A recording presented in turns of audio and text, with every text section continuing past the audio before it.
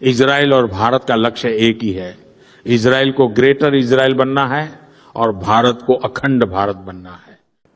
সামাজিক যোগাযোগ মাধ্যম ফেসবুকে ভারতের প্রধানমন্ত্রী নরেন্দ্র মোদীর একটি ভিডিও পোস্ট করে দাবি করা হচ্ছে গ্রেটার ইসরায়েল এবং অখণ্ড ভারত প্রতিষ্ঠার জন্য আতঙ্কবাদী ইরানের পতন ঘটাতে হবে। ভিডিওটিতে হিন্দি ভাষায় দেওয়া তার একটি বক্তব্য প্রচার করা হয়। তাকে হিন্দি ভাষায় বলতে দেখা যায়, কেউ আমাকে জিজ্ঞাসা করেছিলেন যে ইরান যুদ্ধে ভারত কোথায় দাঁড়িয়ে আছে। ভারতের বিষয়ে কারো কোনো সন্দেহ থাকা উচিত নয় যে আমরা ইসরায়েলের পাশে দাঁড়িয়ে আছি। ইসরায়েল এবং ভারতের লক্ষ্য একই। ইসরায়েলকে গ্রেটার ইসরায়েল হতে হবে এবং ভারতকে অখণ্ড ভারত হতে হবে। ইরানের মতো সন্ত্রাসী রাষ্ট্রগুলোর পতন হলেই কেবল ভারত পাকিস্তানকে পরাস্ত করার সুযোগ পাবে। এই আফগানিস্তান, বাংলাদেশ, নেপাল এবং শ্রীলঙ্কা তো কোনো যুদ্ধ ছাড়াই অখণ্ড ভারতের অংশ হয়ে যাবে। আমাদের মূল লক্ষ্য হলো পাকিস্তান, আর ইরানের ধ্বংস ছাড়া এই লক্ষ্য বাস্তবে পরিণত হতে পারে না। ইরানকে তার সন্ত্রাসবাদের ফল ভোগ করতে হবে। তবে দ্য ডিসেন্টের যাচাইয়ে দেখা যায় নরেন্দ্র মোদীর বক্তব্যের অডিওটি আসল নয়। অন্য একটি ভিডিওতে ভুয়া অডিও সংযুক্ত করে ভিডিওটি তৈরি করা ও প্রচার করা হয়েছে।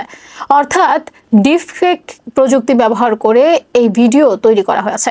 যাচাইয়ে ভিডিওটির কি ফ্রেম বিশ্লেষণ ও রিভার্স ইমেজ সার্চ করে ভিডিওটির সঙ্গে মিলে এমন হুবহু একটি ভিডিও ভারতীয় সংবাদ মাধ্যমে ANI এর এক্স অ্যাকাউন্টে পাওয়া যায়, যা গত 12 মার্চ পোস্ট করা হয়। ক্যাপশন থেকে জানা যায়, NXT সামিটে বক্তব্য দিতে গিয়ে তিনি বলেন, যুদ্ধের কারণ সৃষ্ট বৈশ্বিক সংকটে জ্বালানি সরবরাহ ব্যবস্থা প্রভাবিত হয়েছে।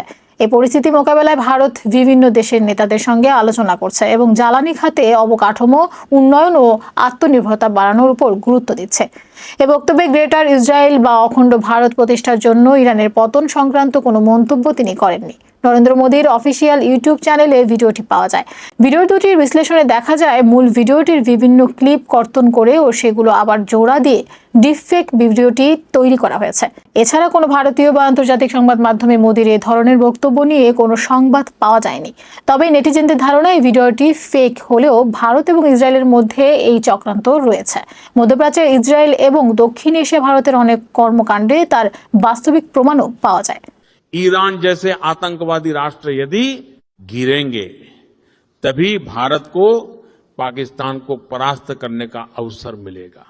ये अफगानिस्तान, बांग्लादेश, नेपाल और श्रीलंका तो बिना युद्ध के ही अखंड भारत बनेंगे।